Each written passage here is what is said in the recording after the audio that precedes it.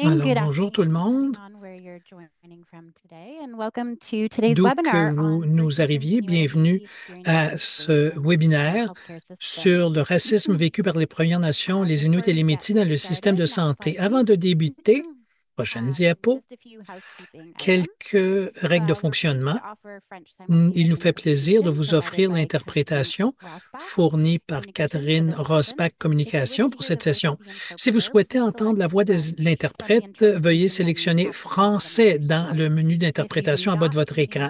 Si vous ne voyez pas le menu d'interprétation sur votre écran, veuillez sélectionner l'icône avec les trois points à l'intérieur d'un cercle et elle sera sur la barre d'outils en bas de l'écran dans le menu Plus et ensuite sélectionner Interprétation. Comme rappel, ce sera une présentation de panélistes. Alors, éteignez vos micros pendant le webinaire. Vous pouvez poser vos questions, commentaires dans le clavardage et on va y revenir à la fin. Et si vous avez besoin de soutien technique pendant le webinaire, vous pouvez contacter un de nos producteurs, Hayley, Michaela ou Janie, en utilisant le clavardage direct. Il est important collectivement de créer un environnement où tout le monde est soutenu et a l'occasion d'apprendre et de désapprendre. Si vous avez besoin de prendre une pause pendant la session, je vous invite à le faire. Et nous affichons des liens aux ressources en santé mentale si vous sentez avoir besoin de soutien supplémentaire pendant ou avant ce webinaire. Et maintenant, la prochaine diapo. Donc, encore une fois, bienvenue tout le monde. Je suis très heureuse que vous soyez avec nous aujourd'hui. Mon nom est Nicole Robinson et je travaille comme directrice des populations autochtones et du Nord à Excellence en Santé Canada. Ma mère est originaire de Métis, de la Red River au Manitoba. Elle est la fille de colons anglophones qui viennent de la région de Toronto. Aujourd'hui, je viens du territoire algonquin non cédé où j'habite et je suis à mon bureau à domicile avec mes deux beaux enfants.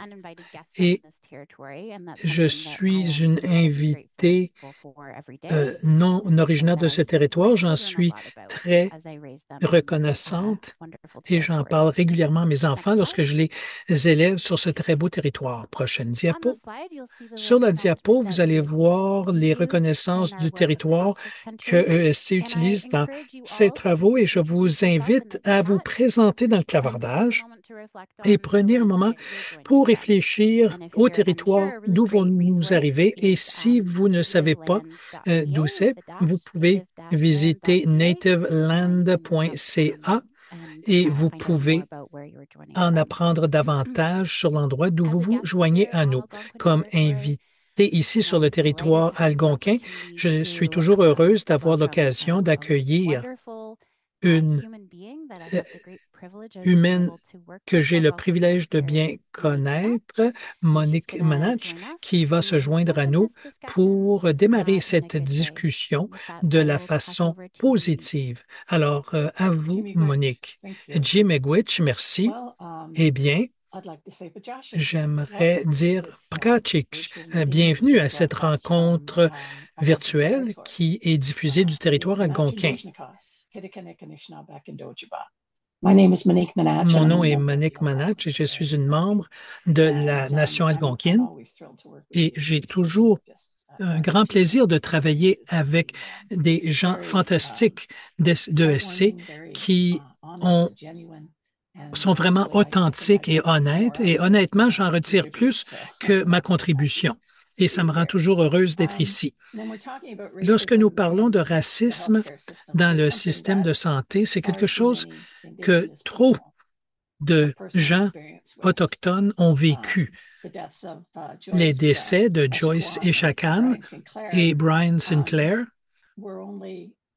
ont été seulement la pointe de l'iceberg. C'était les deux qui ont été médiatisés, mais ce racisme se produit au quotidien.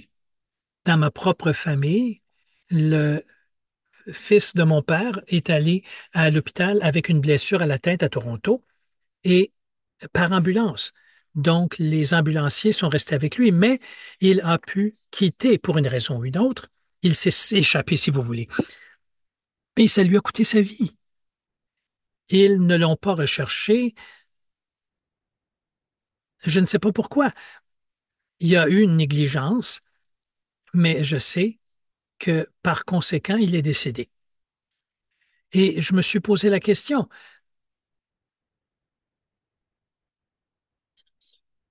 Et aussi, je l'ai vu avec des aînés de ma communauté. J'ai un cousin qui était très malade, diabétique et cardiaque pendant longtemps.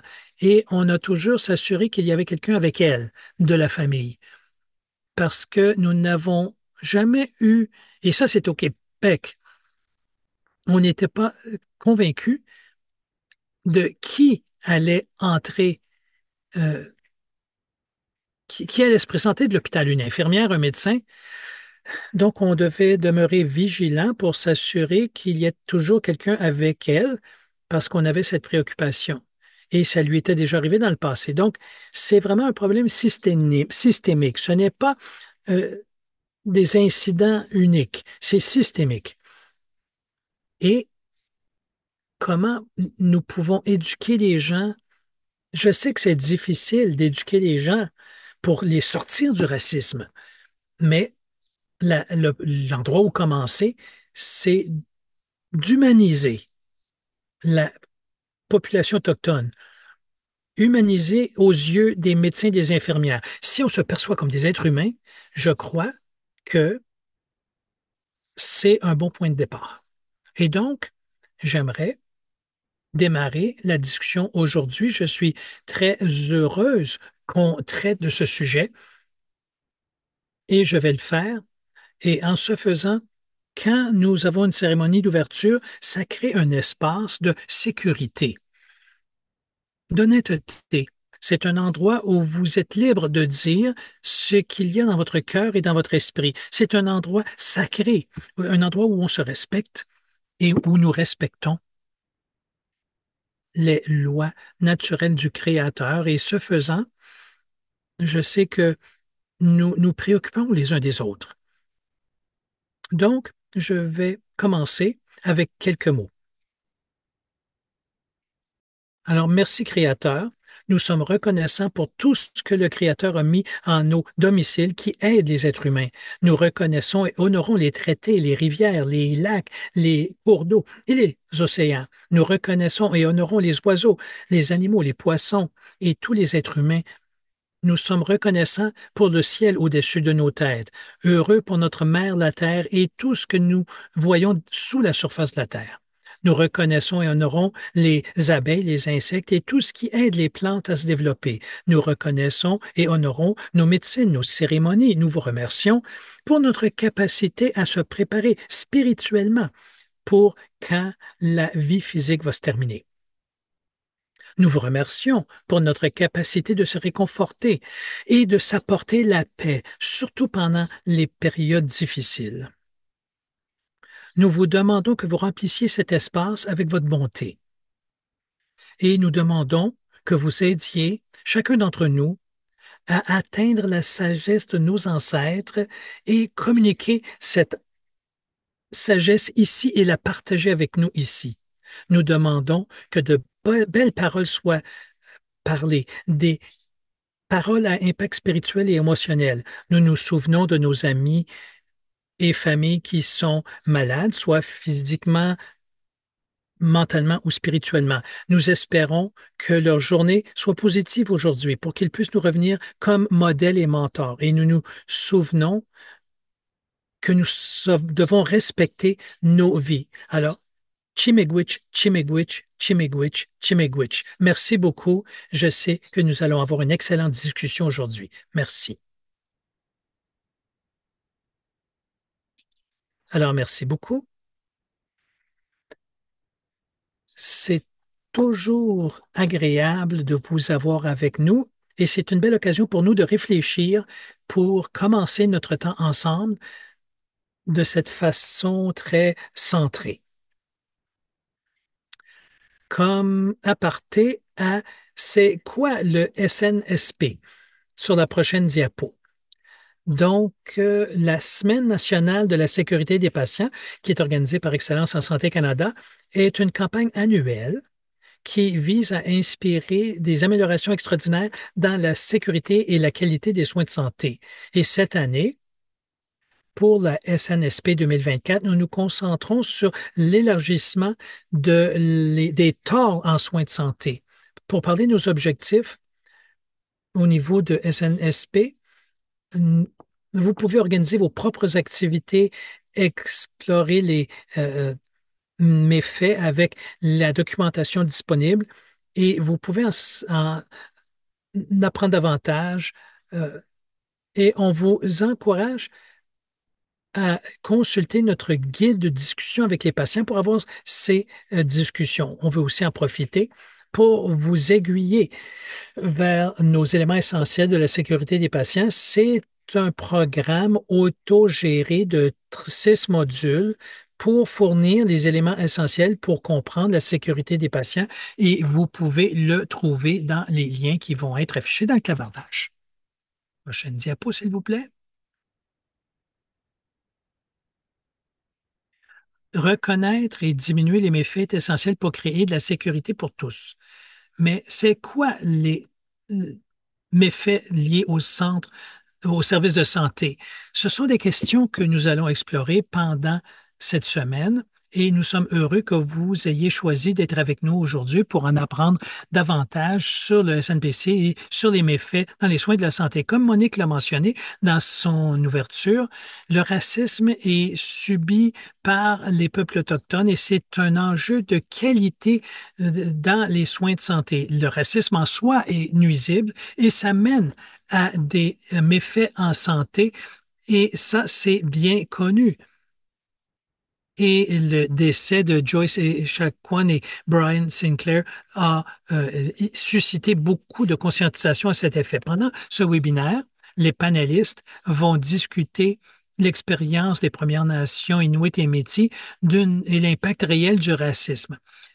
Il y a des incidents qui mènent à la déshumanisation et d'autres méfaits qui en découlent. De plus, les leaders des Premières Nations Inuit et Métis de différentes régions du Canada constituent nos panélistes et ils vont mentionner comment les organismes de services de la santé traitent du racisme et comment ils traitent aussi de la sécurité des patients. Il est essentiel de comprendre qu'il y a beaucoup de diversité dans les cultures, contextes, expériences, etc., des Premières Nations Inuit et Métis à travers l'île de la Tortue. Les Premières Nations, les Inuits et les Métis sont des peuples distincts, avec des cultures distinctes, des langues distinctes et des contextes historiques distincts. Il y a aussi de la diversité à travers les Premières Nations. Nous vivons partout au Canada. Plusieurs vivent dans les régions rurales éloignées du Canada et d'autres dans des centres urbains. Prochaine diapo, s'il vous plaît. Je suis reconnaissante auprès de nos 3 panélistes qui se joignent à nous aujourd'hui. Chacun d'entre vous va parler de leur expérience dans le service de la santé et comment leurs expériences peuvent aider à améliorer la sécurité des patients. La première conférencière sera Léa Bill. Léa est une praticienne traditionnelle qui applique une approche intégrée à la pratique combinant les connaissances autochtones avec les connaissances infirmières. Elle a travaillé comme infirmière en première ligne dans les communautés des Premières Nations depuis 30 ans et a agi comme présidente de l'Association des infirmières et infirmiers autochtones du Canada. Cette expérience directe en tant qu'infirmière a mené à la spécialisation dans la recherche en santé autochtone, y compris la recherche participative communautaire, la sensibilisation interculturelle, la promotion de la santé, l'élaboration et l'évaluation des programmes. Elle est la directrice exécutive de l'Alberta First Nations Information Governance Center et elle y travaille depuis 2019, où elle a dirigé leur effort de faire la promotion, protection et défense des principes de contrôle d'accès et de possession des Premières Nations et du droit inhérent à l'autodétermination et à la compétence en matière de recherche et de gestion de l'information. Elle est aussi une détentrice d'informations autochtones pour plusieurs organisations nationales, y compris le Partenariat canadien contre le cancer, où j'ai eu le grand privilège de travailler et d'apprendre avec elle. Elle m'a beaucoup appris. Aujourd'hui, Léa va partager sur le racisme dans les urgences et parlera des résultats d'une étude qui démontre qu'en plus du préjudice déshumanisant du racisme lui-même, il peut également conduire à d'autres préjudices physiques. Et ensuite, nous allons avoir Tanya Proden. Tanya est membre de la bande indienne de Lac-La-Ronge, ayant des origines métisses provenant du Manitoba de la Saskatchewan. Elle a deux filles, de jeunes adultes, et est grand-mère, une cocum, d'une petite fille. Elle réside à Saskatchewan sur le territoire du Traité 6, la patrie des Métis, et à l'origine, elle vient de Creighton, en Saskatchewan, une communauté à la frontière entre la Saskatchewan et le Manitoba. Elle travaille pour le ministère de la Santé de la Nation métisse de la Saskatchewan depuis 5 ans et continue de soutenir des citoyens métis en tant que directrice de la santé de la nation. Et elle va parler de l'approche de la nation métis prend pour traiter du racisme envers les Autochtones dans le système de soins de santé. Notre troisième conférencière est Hilary Fry. Elle est née et a grandi à Happy Valley, Gooseberry, Terre-Neuve et Labrador. Et elle est la mère de jumeaux de 3 ans. Et comme mère de jeunes garçons, je peux comprendre que c'est difficile. En tant qu'infirmière, depuis 9 ans, elle est bénéficiaire de la revendication terroir des Inuits du Labrador. Elle est très passionnée par l'atteinte de l'équité en santé pour les Inuits du Labrador, ce qui l'a menée à faire une maîtrise en sciences infirmières. Elle va parler de la reconnaissance du racisme comme un problème de sécurité des patients dans sa région et des efforts pour y remédier grâce à la formation. Nous vous invitons à partager vos questions et commentaires à tout moment pendant la session avec le clavardage et ensuite nous allons y répondre pendant la période de discussion à la fin. Ceci dit, je vais maintenant céder le micro à vous, Léa. Merci d'être avec nous aujourd'hui. Merci et je veux reconnaître nos aînés notre aîné qui a fait la prière d'ouverture et qui a mis le thème pour notre présentation, et en particulier lorsque nous allons avoir une discussion sur ce sujet, ce n'est pas un sujet facile. Et Léa et l'impact que ça a eu sur nos peuples à travers le pays. Donc, je vais vous faire avancer dans ma présentation, s'il vous plaît. Prochaine diapo. Donc, ma présentation traite des partenariats, processus et engagements au niveau du travail contre le racisme envers les Autochtones que nous faisons en Alberta avec l'Université de l'Alberta et plusieurs des ministères et agences et organisations de traités qui collaborent et sont partenaires dans ce projet. Comme vous pouvez le constater, nos partenaires sont nombreux.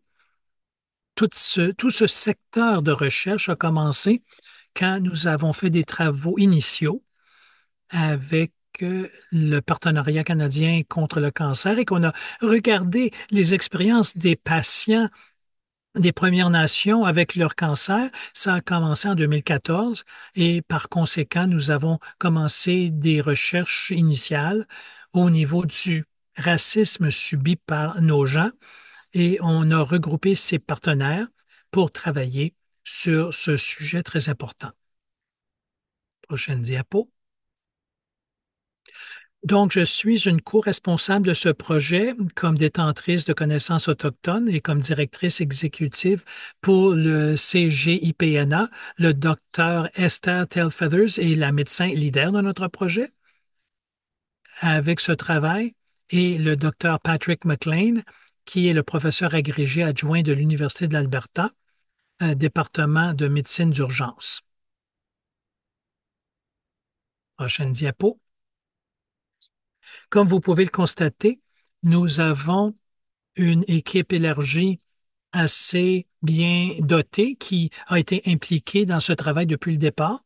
Je ne vous lirai pas tous leurs noms, mais certaines des personnes sur cette liste sont directement reliées à des communautés où eux-mêmes ont des rôles prépondérants pour traiter du racisme anti-autochtone. Par exemple, et on a par exemple Enos Lewis, qui est d'une nation clé, et et on a d'autres leaders en direction de la santé, Lorraine Moscoa, par exemple. Et au niveau universitaire, il y a des professeurs associés et d'autres partenaires qui travaillent avec des communautés des Premières Nations et des communautés autochtones dans différentes régions depuis très longtemps. Donc, notre contexte, comme je l'ai mentionné au début, en 2014, beaucoup du travail a débuté. On a commencé à identifier ça comme un problème significatif et en 2017, notre équipe a été constituée et a été impliquée dans un travail qui regarde les doubles messages envers les communautés autochtones. On s'attend à avoir de la discrimination quand on est autochtone en Alberta et on évite de se rendre aux urgences pour éviter de subir cette expérience négative. Les membres des Premières Nations ne sont pas ne subissent pas un triage aux urgences quand on les compare aux patients qui ne sont pas des Premières Nations. Les fournisseurs des services des urgences qui ont été interviewés ont identifié comment la qualité des soins est moins grande pour les peuples des Premières Nations à cause de ce racisme. Des changements à tous les niveaux sont requis dans les services d'urgence pour fournir des soins équitables. Ce projet a été conçu avec des partenaires de la communauté et avec des patients. Prochaine diapo. Donc, la chronologie du partenariat, surtout pour les travaux que nous faisons à l'heure actuelle, qui ont commencé à l'automne de 2021, et nous avons eu notre première rencontre pour commencer à faire la co-conception. Et en août 2022, nous avons eu une rencontre de planification. Et en 2023, on a reçu une subvention et l'équipe de planification avec des aînés qui ont inclus des gens des traités 6, 7 et 8. Et ensuite, en 2023, nous avons commencé avec une cérémonie d'ouverture avec la direction des SSA et les détenteurs de sagesse dans notre équipe. Nous sommes assurés d'avoir de la représentativité des 3 régions de traité pour s'assurer que tous les éléments du racisme anti-autochtone qui sont subis à différents degrés, dépendamment de votre région d'origine. Ils sont vraiment très particuliers. Donc, ce comité directeur nous a aidés à diriger les travaux au fur et à mesure. Prochaine diapo.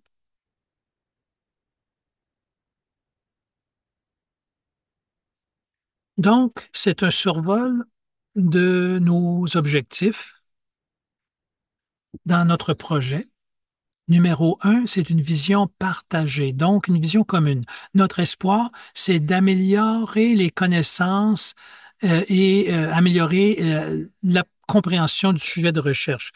Ça a pris beaucoup de travail pour établir ces objectifs et beaucoup de collaboration afin de déterminer les objectifs et les buts pour avoir des résultats équitables et aussi de la réciprocité. La réciprocité, c'est une clé de notre travail. Il faut que ce soit donnant-donnant, même si certaines régions peuvent peut-être subir le racisme différemment. Il faut par contre s'assurer que tout le monde ait voix au chapitre et qu'il puisse contribuer de façon équitable en partageant des avancées, en supportant la recherche dans son ensemble. Et tout ça, ça peut être difficile de temps en temps. Donc, la co-création est un élément critique du travail. Le partage d'informations, partage d'informations pour effectuer un vrai changement à travers la recherche. Et tout ça peut être difficile parce que tout le monde veut être entendu, mais il faut vraiment identifier les filons communs et les résultats escomptés.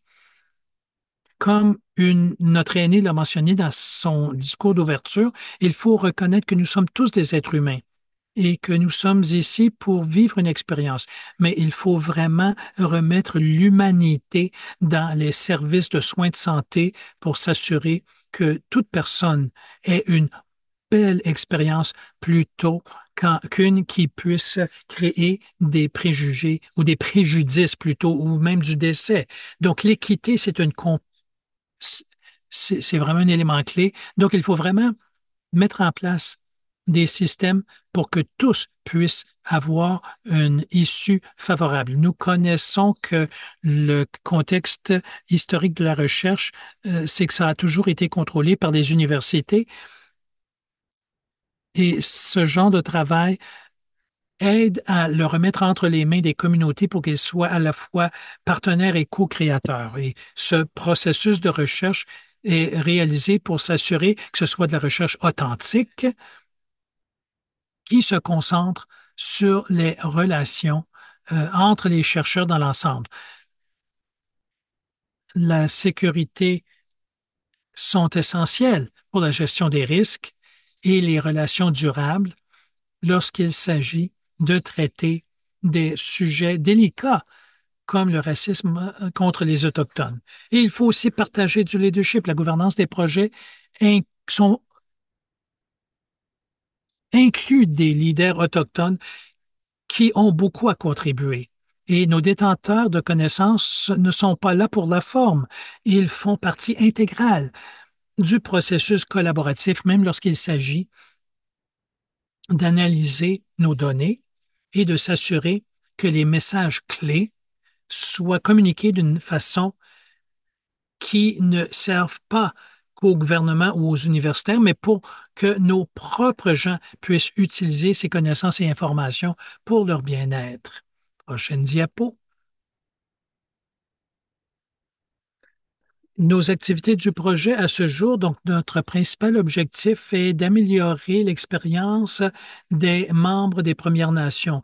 Notre intervention aura quatre activités, quatre volets: établir et renforcer les partenariats entre les organismes des Premières Nations et les services des urgences, former le personnel des urgences à l'antiracisme et aux soins axés sur l'équité, apporter des changements structurels aux politiques et aux processus afin d'inciter les prestataires des urgences à fournir des soins axés sur l'équité et à éliminer les obstacles au suivi. Et documenter et défendre en collaboration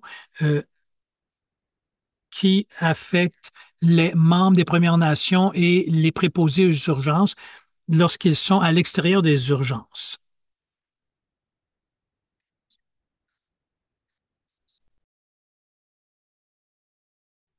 Donc, les questions de recherche, donc c'était au niveau des patients de 15 ans et plus, membres de l'équipe locale de mise en œuvre et des urgences, prestataires. Et voici les questions qui ont été posées dans le cadre de la recherche. Est-ce que des partenariats de qualité ont été formés entre les services d'urgence et les organismes des Premières Nations? Quels éléments ont facilité ou entravé l'intervention? Quels mécanismes, par exemple, l'intensité de l'intervention, changement dans les interactions patients-prestataires, ont contribué aux résultats et quelle amélioration a été obtenue s'agissant d'expérience des résultats cliniques des patientes, s'il y en a eu, évidemment. Diapo suivante. Donc, le rôle des aînés et détenteurs du savoir consiste notamment à savoir, donc à veiller à ce que le travail s'appuie de manière appropriée sur des langues et des savoirs autochtones, favoriser un espace de dialogue éthique, veiller à ce que le travail respecte le territoire, les lieux et terres autochtones, veiller à ce que le travail respecte les ancêtres et les générations passées. Ça, c'est essentiel. On le perçoit non seulement comme un projet de recherche, mais une opportunité de réconciliation, de guérison, quand on discute des préjudices liés à la recherche de la guérison et de la santé auprès d'un prestataire de soins, hein, et que on se retrouve soit rejeté ou maltraité, ceci vient ajouter à leur douleur et à leur expérience négative. C'est d'une grande difficulté. Donc, il y a beaucoup de guérison qui a lieu lorsque nous sommes dans ces cercles de discussion et dans la recherche elle-même aussi. Diapo suivante.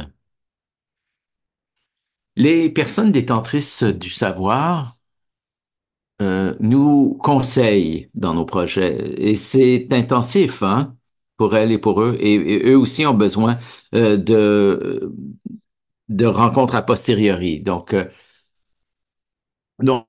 ni pour éclairer et approuver les plans d'intervention, les plans de recherche, les procédures de collecte de données, en co-interprétant aussi tous les résultats de la recherche, en appuyant les partenaires des Premières Nations qui collaborent avec les trois services d'urgence sélectionnés pour le projet afin de modifier les processus, former le personnel afin de mieux servir les patients des Premières Nations.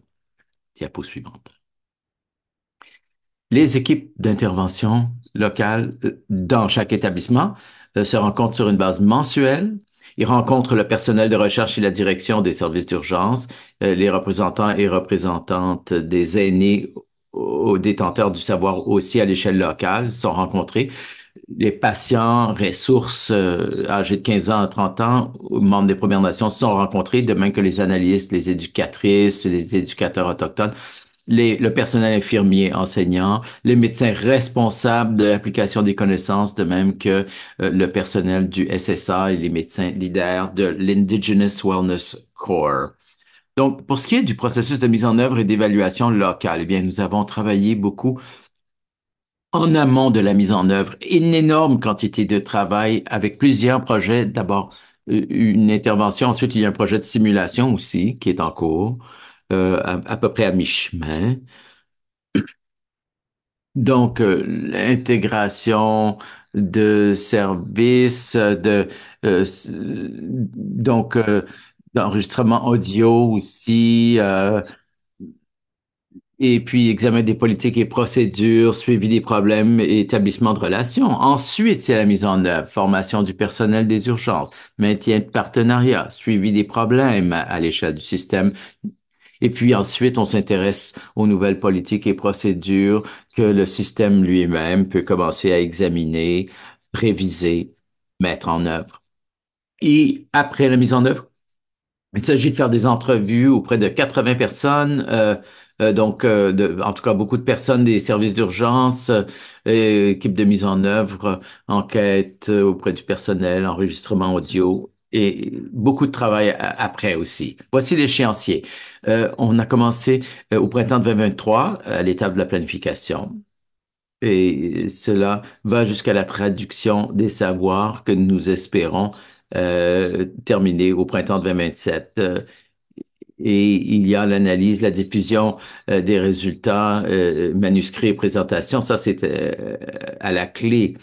Mais donc, il y a beaucoup d'applications du savoir qui sera pour aider à développer, à former, informer les prestataires de soins et le leadership, surtout dans les soins de santé, afin de vraiment comprendre l'incidence, les effets du racisme pendant la prestation de soins. Diapo suivante.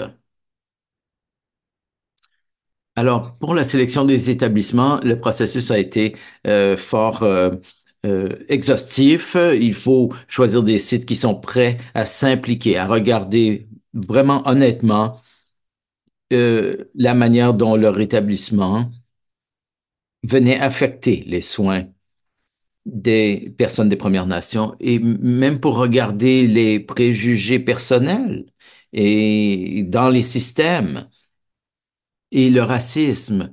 Donc, et ce sont les Premières Nations qui ont identifié les différents sites où les Premières Nations étaient d'avis qu'elles vivaient régulièrement du racisme, où les services n'étaient pas jugés de bonne qualité. On a regardé aux politiques sur les zones, les plans stratégiques. Et ensuite, le nombre de visites annuelles aux urgences aussi nous ont aidé à décider, à choisir l'utilisation des SU par les membres des Premières Nations, la proximité aussi.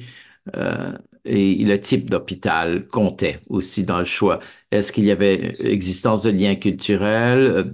Quel était le nombre de postes vacants? Y a-t-il eu des fermetures au cours des 12 derniers mois? Est-ce que des soins ont été laissés incomplets à la faveur de taux de congés prématurés? Le nombre de personnes mal installées au SU chaque jour a été un facteur aussi.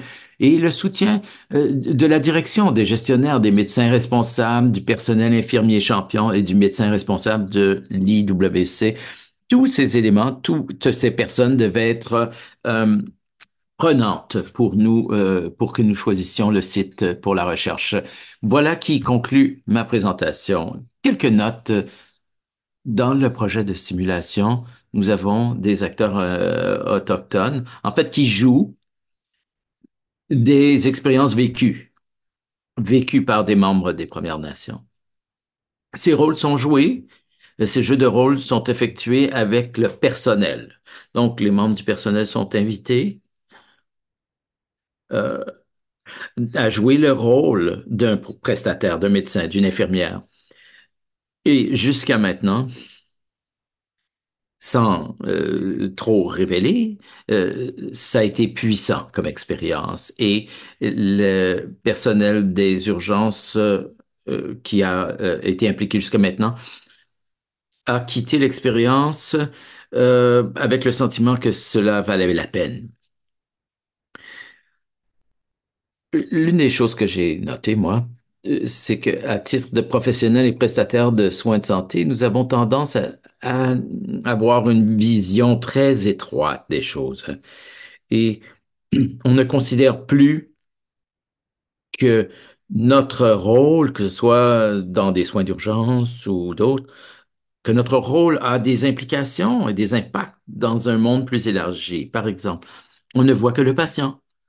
On ne voit pas la famille élargie et ses relations, et vous avez peut-être traité la personne d'une certaine façon et que ce traitement a peut-être des répercussions dans leur vie élargie. Par exemple, si vous n'avez pas donné suite à une action qui était demandé aux urgences ou que vous avez oublié quelque chose ou omis de faire quelque chose à cause de vos propres préjugés et la personne quitte avec des soins insuffisants et en meurt, eh bien, les retombées de cela, la famille, eh bien, si c'est un aîné, ce sont des connaissances perdues. Si c'est une mère, les enfants n'ont plus de mère et toutes les pertes et les coûts que cela entraîne. Et donc, afin de s'assurer que les services d'urgence et leur personnel comprennent que on ne fait pas que s'occuper d'une personne, on s'occupe d'une personne qui a de multiples liens, des liens, et qui a une valeur pour sa famille, sa communauté, sa nation, et, et qu'ils ont une valeur. Donc, je conclus là-dessus.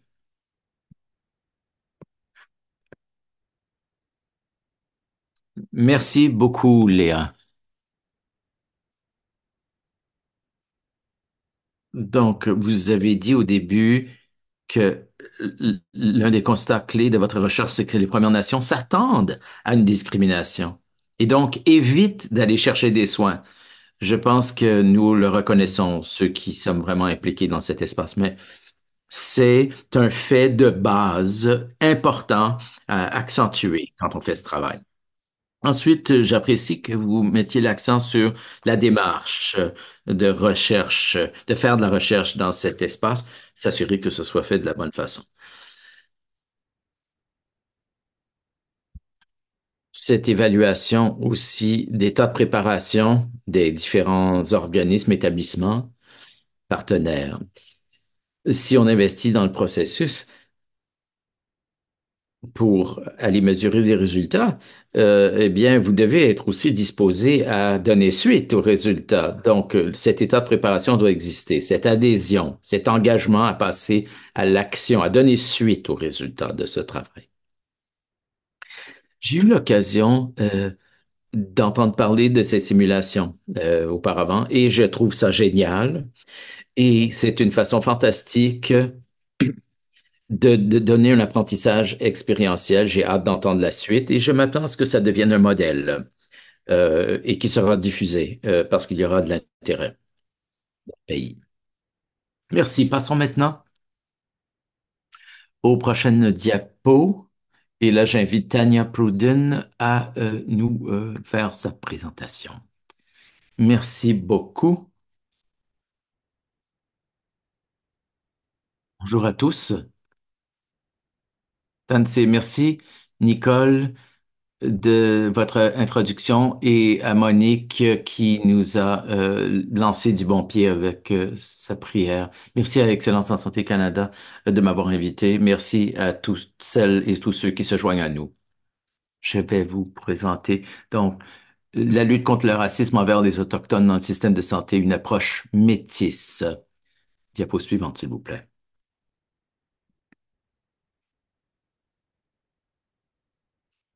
Donc, Nicole a parlé de moi.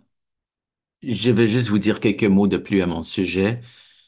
Je suis une femme cri, métis, fière, une mère de la nation qui est sur la frontière de la Saskatchewan et du Manitoba.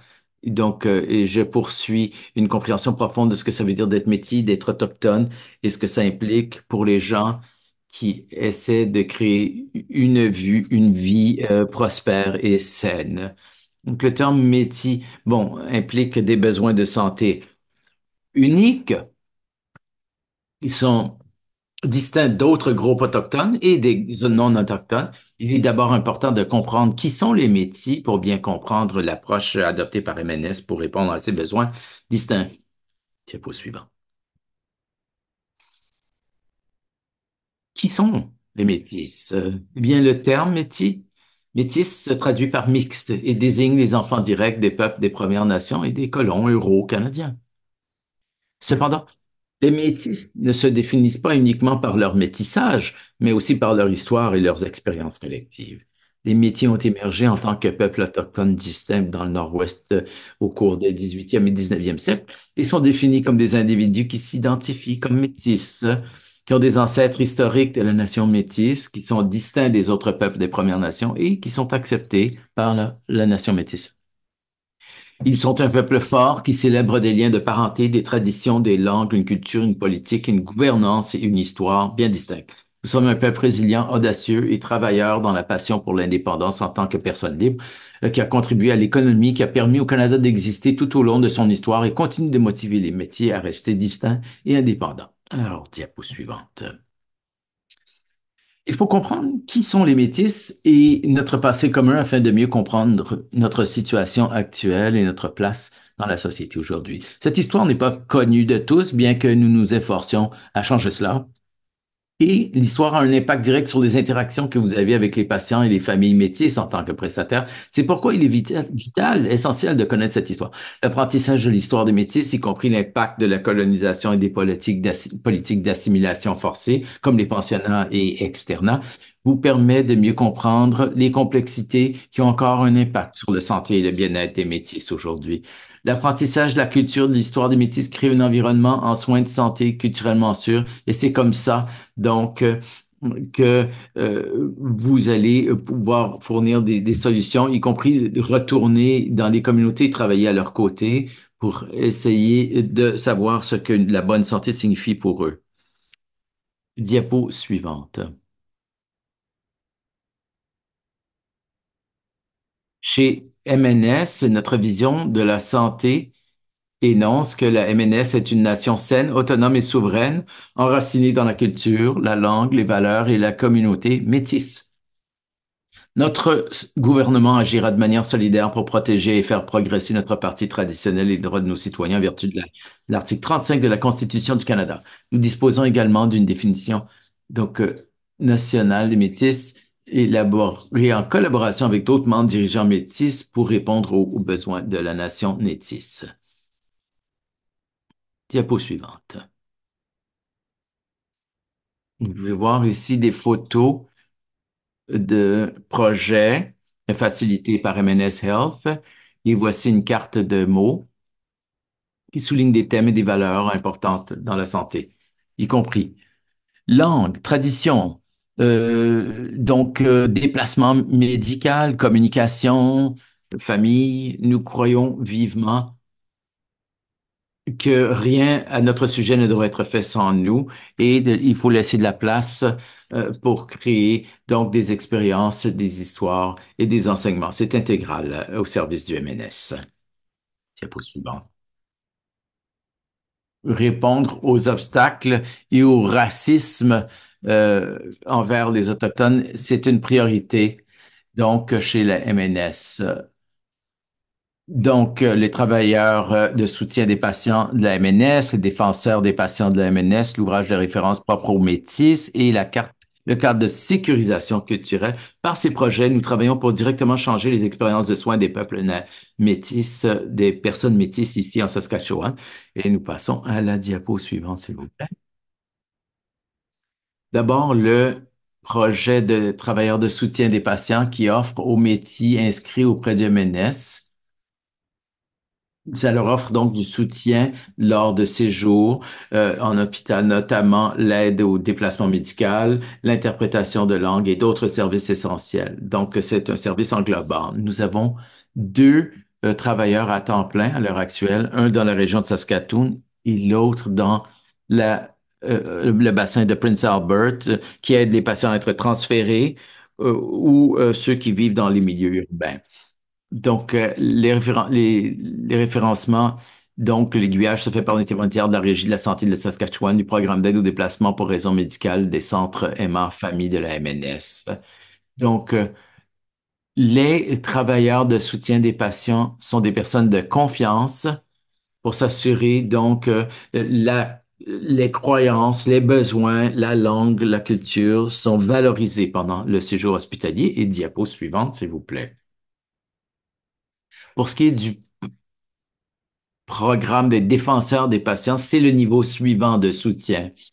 Le rôle du défenseur est de s'assurer que lorsqu'il y a des préoccupations à propos de la qualité des soins reçus, y compris lorsqu'ils reçoivent du racisme anti-autochtone, que les personnes appropriées dans le système de santé soient avisées et qu'une solution puisse être ficelée. Donc, il s'assure aussi que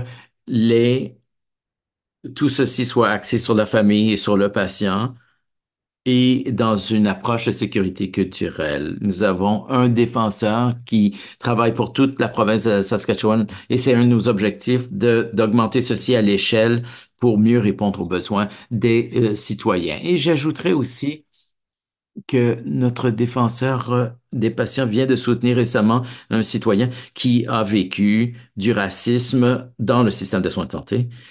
Et cela a été couvert par les nouvelles.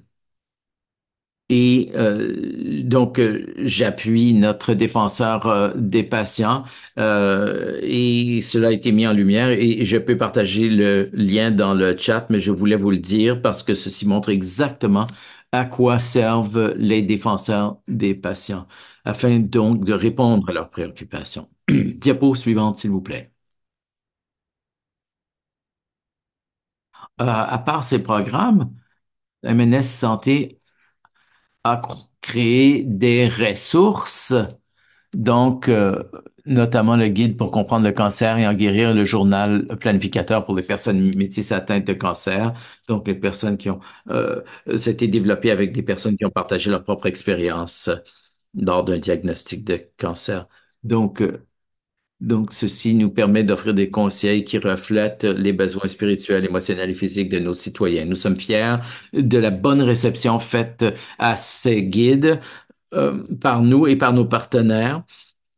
Et nous en travaillons à 5 de plus, notamment le diabète, les soins rénaux et les soins cardiovasculaires. Beaucoup d'attention a été donnée pour s'assurer que la rédaction a été faite en langue simple et ça a été traduit aussi en Métis, qui est une des langues distinctes des Métis. Diapo suivante, s'il vous plaît. MNS Health est en train de créer un cadre de sécurisation. La consultation a débuté en février 2024. Nous avons invité des aînés à passer du temps avec le personnel de la MNS pour explorer ce que signifie la sécurité culturelle. Ici, donc vous voyez une image prise pendant une réunion des aînés, et ça saisit les thèmes de la discussion. Et on parle aussi, on met l'accent donc sur une définition holistique de la santé et créer plus de liens entre les aînés et les jeunes métis, et d'avoir plus de représentation métisse dans le système de soins de santé. Passons à la diapo suivante, s'il vous plaît. Il s'agit maintenant de ramener un groupe d'aînés, de personnel et de parties prenantes.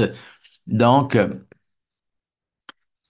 pour créer un cadre de mise en œuvre, un plan de mise en œuvre pour ce cadre. Il s'agit d'utiliser le cadre pour éduquer donc le personnel de première santé, de première ligne de soins de santé, les décideurs politiques et d'autres pour offrir des soins culturellement sûrs donc aux patients métis et à leurs familles ici en Saskatchewan.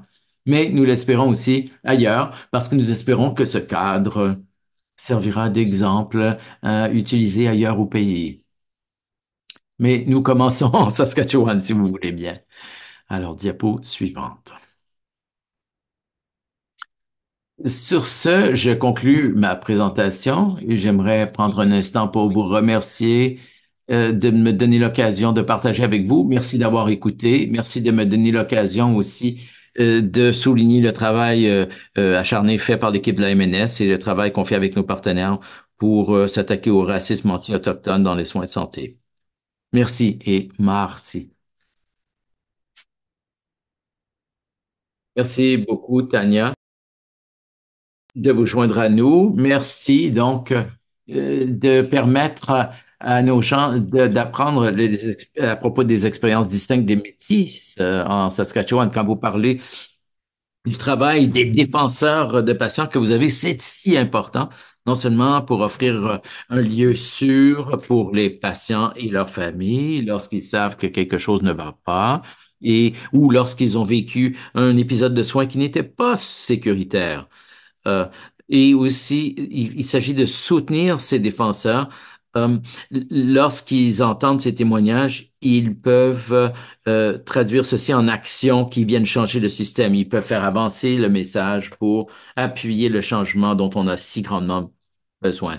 Ma collègue Kylie vient d'ajouter dans le chat une vidéo produite par MNS et qui explique la sécurisation culturelle pour les Métis en Saskatchewan.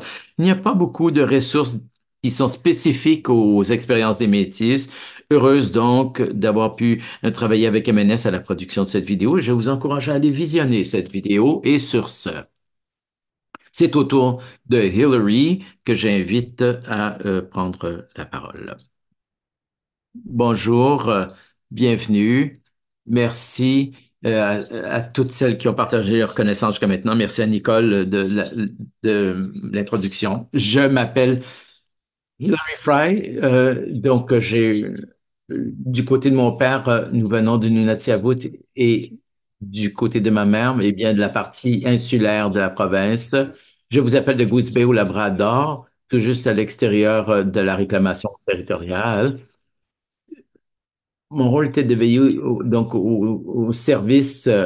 J'étais auparavant gestionnaire au sein du gouvernement du Nunavut. Mon rôle était de veiller à ce que les services soient culturellement adaptés. En tant qu'infirmière diplômée bénéficiaire de l'accord, justement sur les revendications territoriales des Inuits du Labrador, je me passionne pour la réalisation de l'équité en matière de santé pour notre peuple, notamment en luttant contre le racisme anti-autochtone.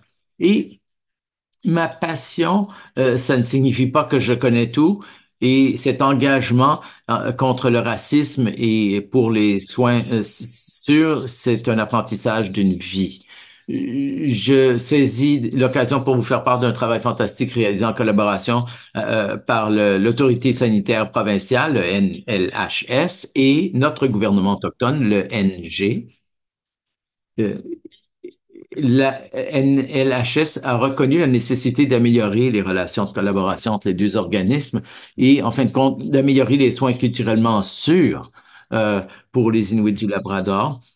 Et la NLHS a invité le GN, donc notre gouvernement, à s'associer à ce projet fort important. Diapo suivante. Une première partie importante, c'était le développement donc d'une séance de formation pour les prestataires travaillant avec NLHS, développée donc avec le ministère de la Santé et du Développement social. Elle est offerte en personne par moi-même et donc une de mes collègues qui est détentrice de savoir communautaire. Elle se divise en quatre parties, cette présentation de formation. La première donne une vue d'ensemble du Nunavut qui traduit en Inuktitut signifie notre belle terre.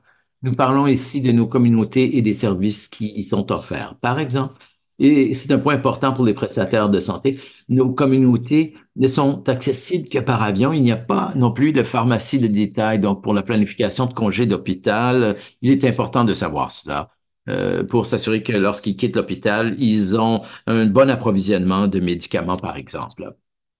La deuxième partie de la formation décrit notre gouvernement autonome, le gouvernement Nunavut. C'est important car les autres gouvernements et prestataires ont l'obligation juridique de consulter le gouvernement du Nunavut lorsqu'il s'agit de prendre des décisions qui ont un impact sur le gouvernement du Nunavut ou sa population.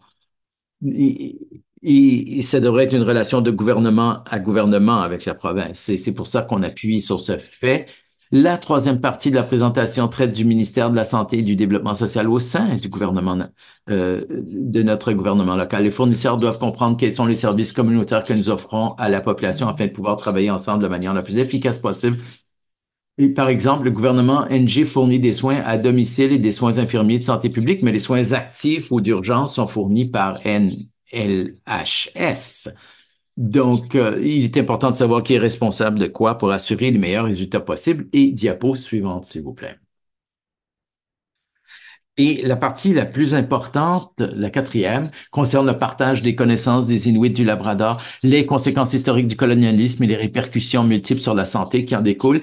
Et on discute de la culture inuite, le colonialisme, y compris donc, euh, par exemple, la grippe espagnole, la réinstallation forcée, les traumatismes historiques et multigénérationnels, les déterminants sociaux de la santé des Inuits, la santé culturelle et puis comment cela se traduit au niveau de la prestation des soins de santé, donc ce qui est à faire et à éviter, et des bases d'inaptitude pour les soins et les échanges en personne ou de vive voix. Nous y reviendrons. Diapo suivante, s'il vous plaît.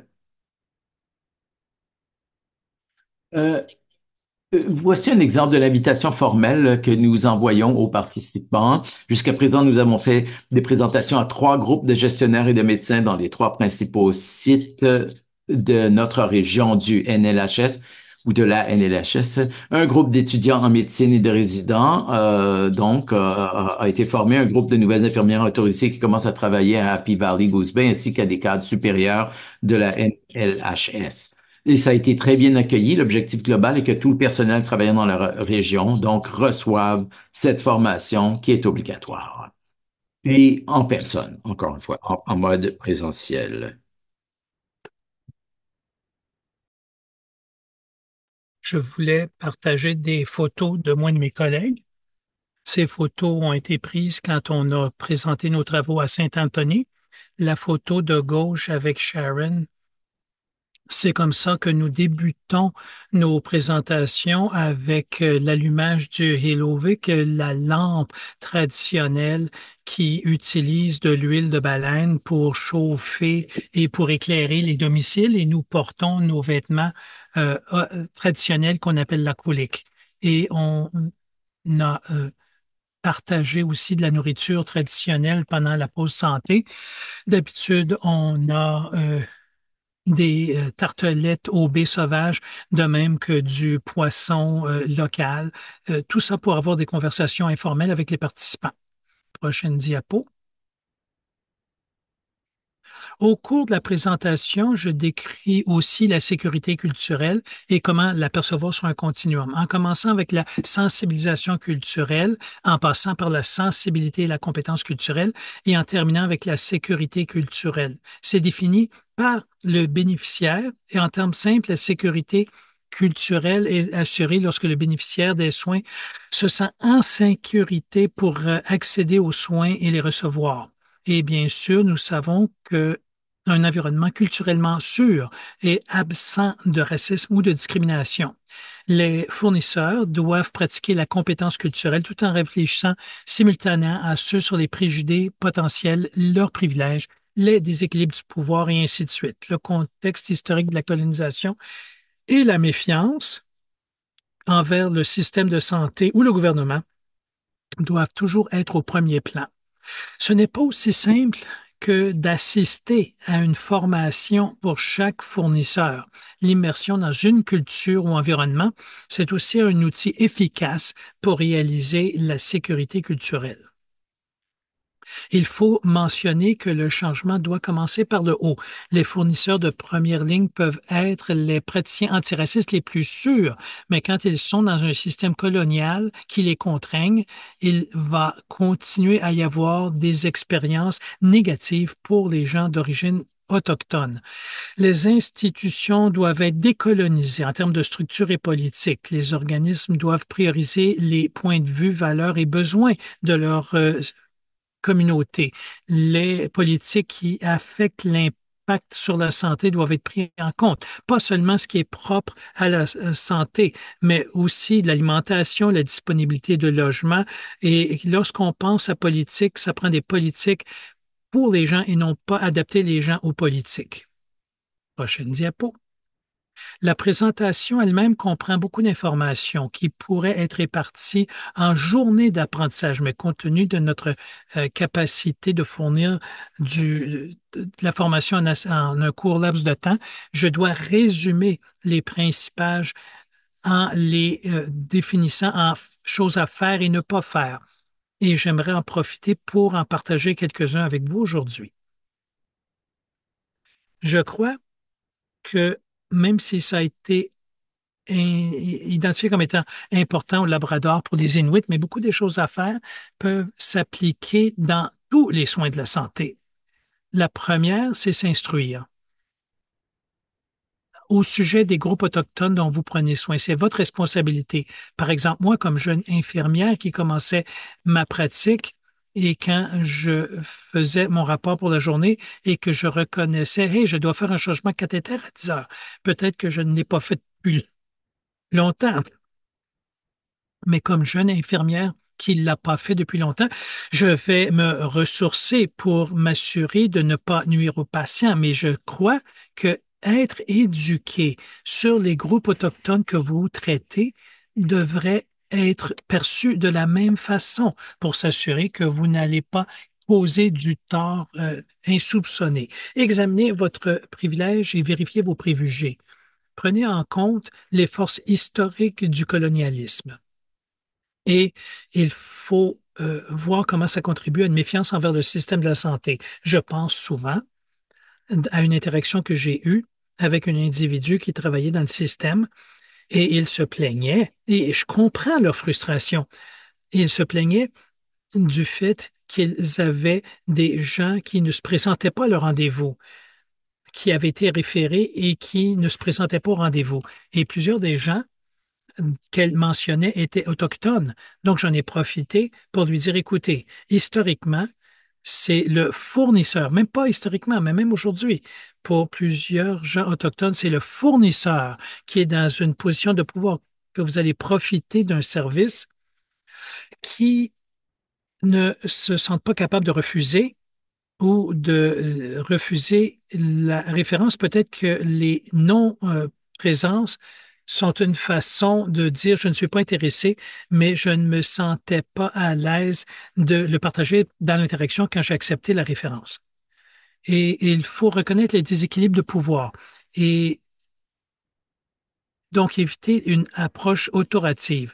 Pratiquer les soins holistiques axés sur la personne, y compris au niveau du physique, mental, émotionnel et spirituel. Tenir compte des aspects culturels dans la prestation des soins, comme la médecine traditionnelle, les modes de guérison propres aux Autochtones.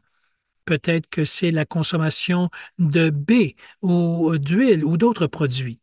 Utiliser une approche tenant compte des traumatismes. Il faut se demander Qu'est-ce qui vous est arrivé au juste et prendre en compte les principes de réduction des méfaits.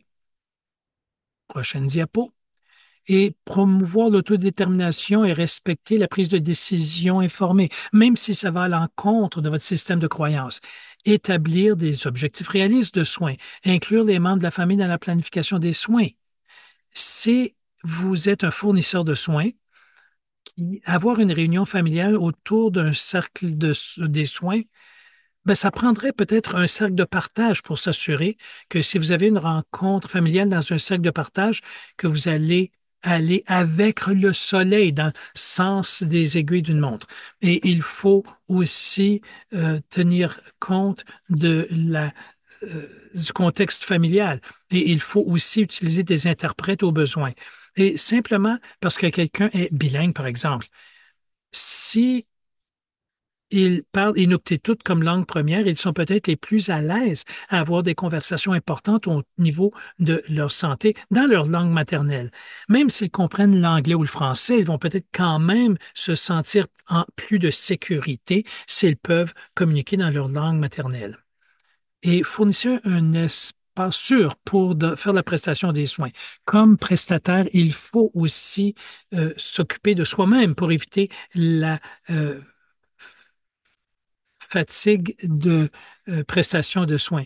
Et je sais qu'il y en a qui ricanent peut-être parce que les gens se sentent débordés, mais malgré tout, c'est aussi important de prendre soin de soi si on s'occupe des autres. Et finalement, être imputable et pratiquer de l'autoréflexion. On va faire des erreurs, c'est la nature du travail, mais il faut reconnaître quand on le fait et il faut tâcher à faire mieux.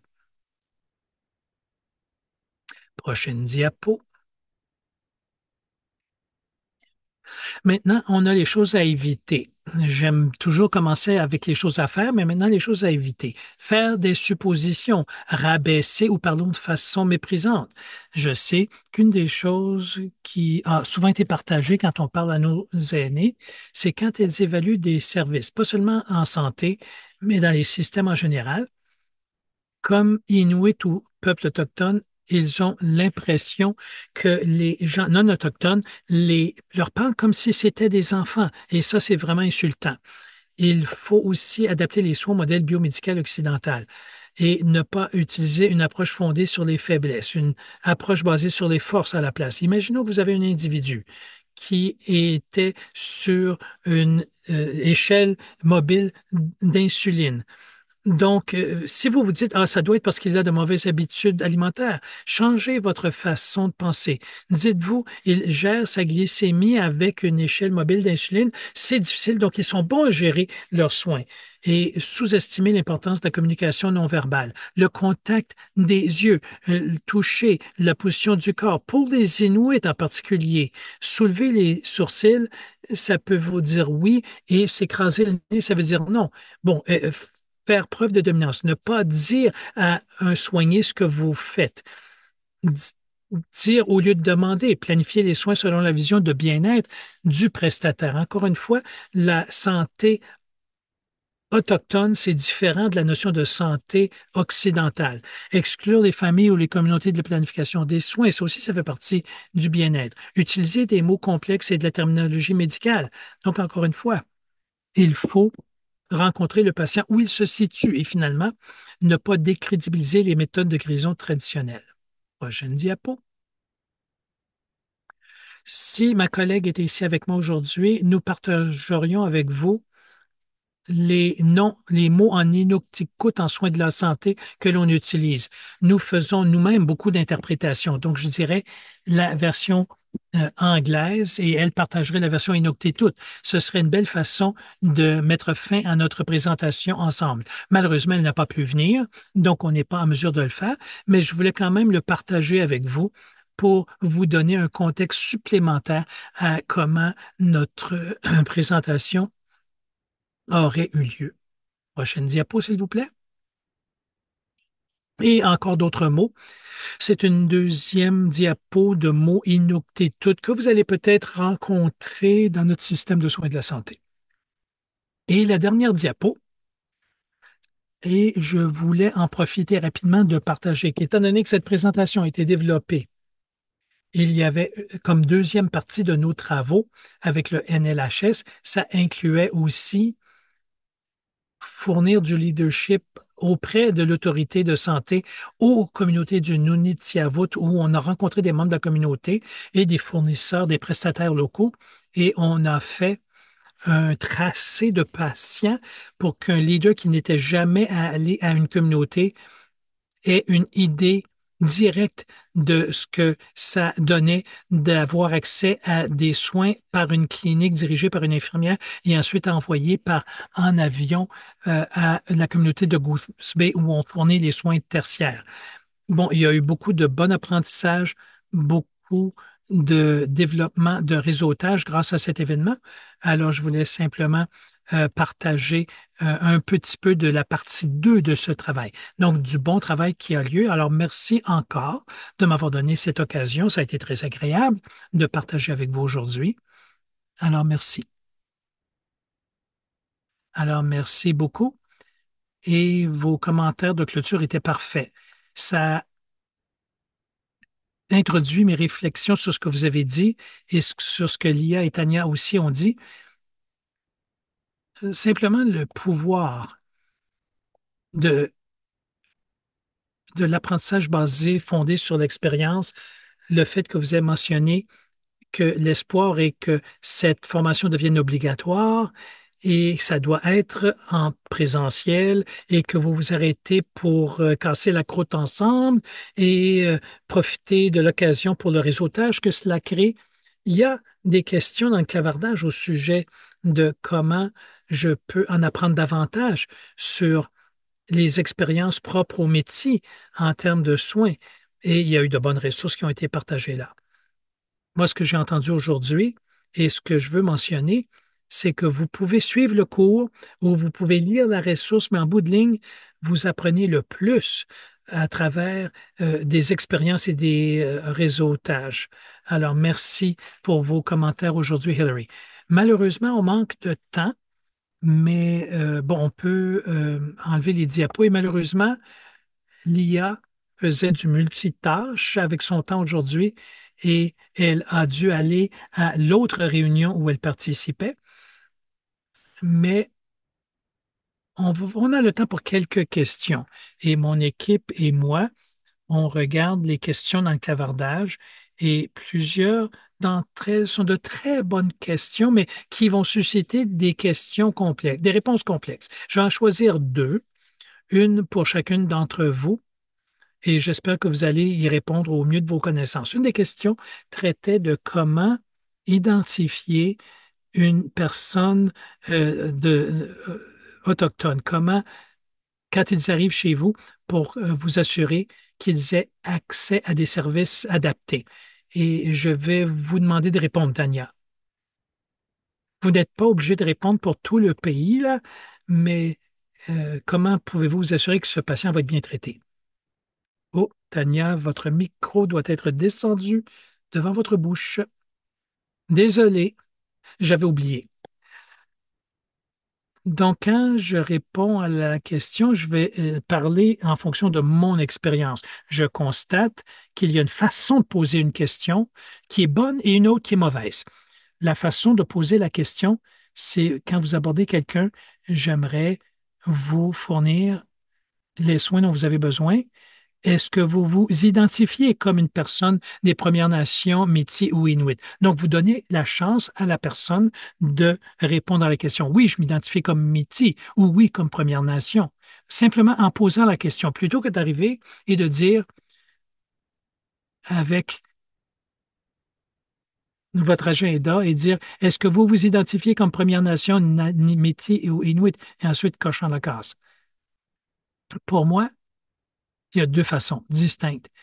Il faut vous permettre de rencontrer la personne et de vraiment vouloir apprendre qui ils sont. Il n'y a pas de mauvaise façon de le demander, mais c'est pas juste une question de cocher une case.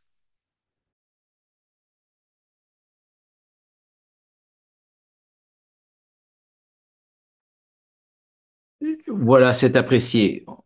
on l'a vécu, ce cas de figure où c'est fait moins qu'idéalement.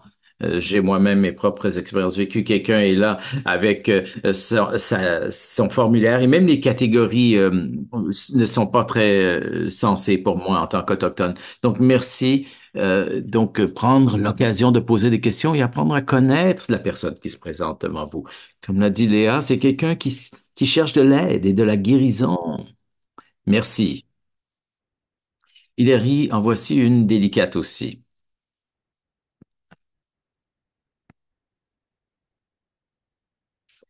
Beaucoup d'efforts sont faits d'un bout à l'autre du pays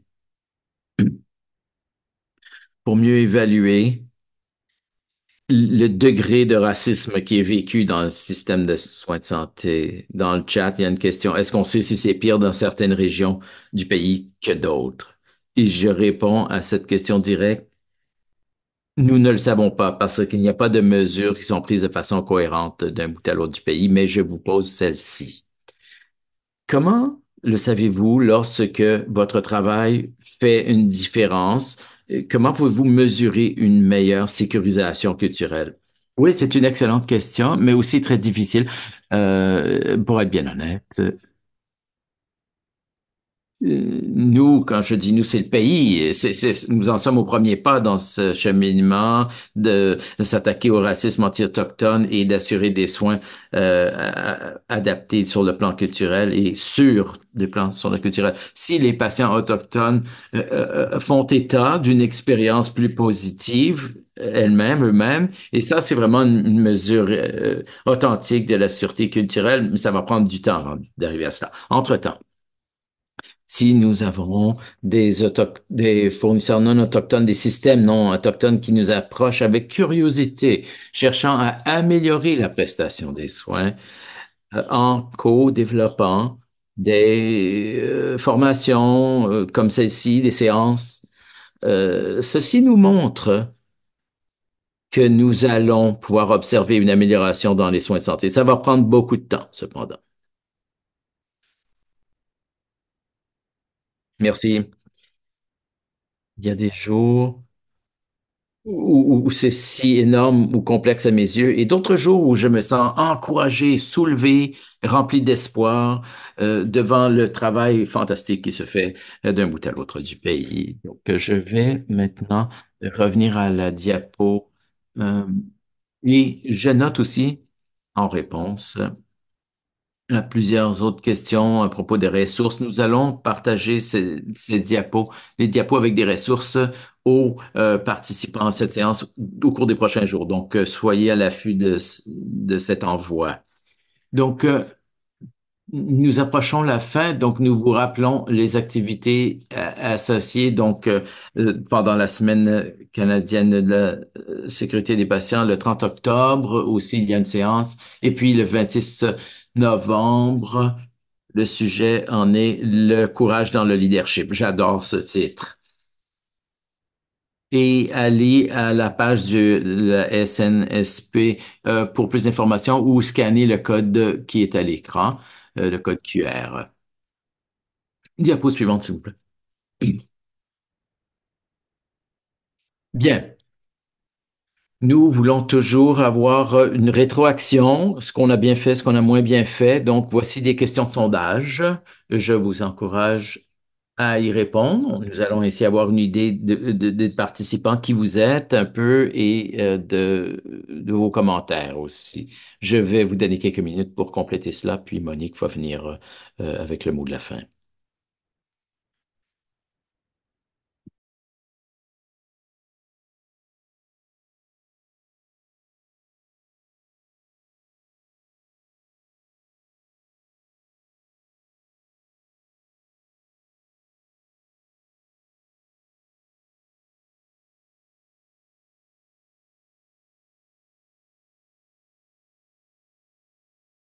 Monique, je veux m'assurer que vous ayez assez de temps ici. Donc, je vous invite à revenir. Bonjour, vous êtes en sourdine. J'ai dit bonjour, mon ami. C'est tout. Vous avez la parole. D'accord, merci. je suis inspiré par ce que j'ai entendu aujourd'hui. Il y a tant de facteurs en cause euh, qui font partie du traitement que reçoivent les Autochtones dans le système de soins de santé. Euh, euh, Ceci me fait penser à un projet dans l'Est où j'ai commencé à collaborer. Ils disent dans les provinces atlantiques, ils disaient du moins qu'un énorme pourcentage d'enfants autochtones ne recevaient pas des diagnostics appropriés. Ils étaient sous-diagnostiqués et ils ont compris un peu plus tard que ça revenait à ces questions, oui ou non, quel est votre degré d'intensité de douleur. Les questions sont courtes et abruptes et sans contexte. Les enfants ne savaient pas comment répondre ou vraiment qu'est-ce qu'on leur demandait. Alors, ils ont constaté, et je pense que là, ils sont en train de mettre au point un logiciel pour cela. Ils ont constaté que s'ils créaient une occasion pour ces enfants de se raconter un petit peu, de raconter qui ils sont, leur histoire, et s'ils écoutent vraiment ce que disent ces enfants et qu'ils prennent le temps, alors ils ont remarqué une différence énorme au niveau des diagnostics. Pour moi, des fois, ils me demandent alors votre douleur de 1 à 10. Oui, mais comparé à quoi? Donc, s'ils écoutent, s'ils pouvaient créer cet espace où les enfants se sentent sûrs, se sentent en sécurité pour se raconter, alors ils ont constaté que lorsque cela est fait, ça fait une grande différence. J'ai essayé de trouver c'était qui exactement et je vais vous envoyer de l'information. Et quand on demande, en d'autres mots, avec un intérêt authentique, et pas seulement de se presser, de passer à autre chose, parce que là, les enfants se mettent en mode muet, ils ne répondent pas. Et ils ne répondaient pas. Ils ne savaient pas ce qu'on leur demandait ou ce qu'on voulait d'eux. Donc, avec toutes ces autres mesures, ces formations qui doivent être dispensées, oui, regardons comment les méthodologies autochtones pourraient bénéficier le système de soins de santé et observer que le système profiterait de ces méthodologies autochtones. Nous continuons avec tout cela et tout le travail acharné qui est fait, nous allons peut-être bien constater que nous allons engendrer des améliorations, hein. Alors, j'aimerais clore cet espace. Ce faisant, prenez tout ce que vous avez entendu aujourd'hui et j'ai appris beaucoup. J'ai adoré les présentations. Tout le monde s'est si bien exprimé. Et ceci m'a fait réfléchir à des choses auxquelles je n'avais même pas pensé auparavant. Donc, prenez tout cela, partagez-le avec vos collègues, avec vos familles. Je dis toujours, quelquefois, lorsque j'apprends quelque chose dans un domaine, je trouve que cela surgit ailleurs. Et on prend des apprentissages ici, par exemple, et si on les prend, on peut peut-être trouver qu'ils s'appliqueront dans d'autres champs de notre vie. Donc, je vais clore cet espace avec quelques mots envers le Créateur. Merci, Créateur, pour l'eau, pour les plantes, pour les arbres, pour ceux qui volent, ceux qui nagent, ceux qui rampent, pour les fourrures, les plumes, les animaux à fourrure, à plumes, etc.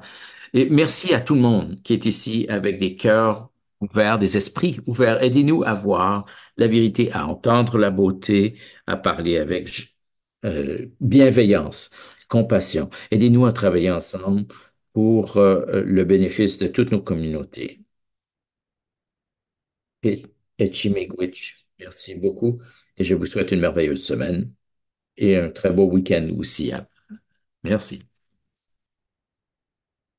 Donc, affichons la dernière diapo, s'il vous plaît.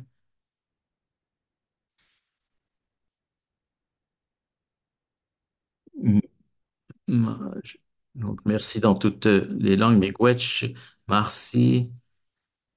Et vous auriez pu être à bien d'autres endroits et vous avez décidé de partager cet espace avec nous aujourd'hui. Merci pour cela. Merci tout spécial à Monique, à Léa, Tania et Hilary aussi qui nous ont guidés dans cet échange. J'espère que nous vous avons donné beaucoup de matière à réflexion et nous allons partager les diapos et l'enregistrement aussi sera mis à disposition. Et les communications aussi comprendront des ressources. Je vous souhaite une merveilleuse fin de journée.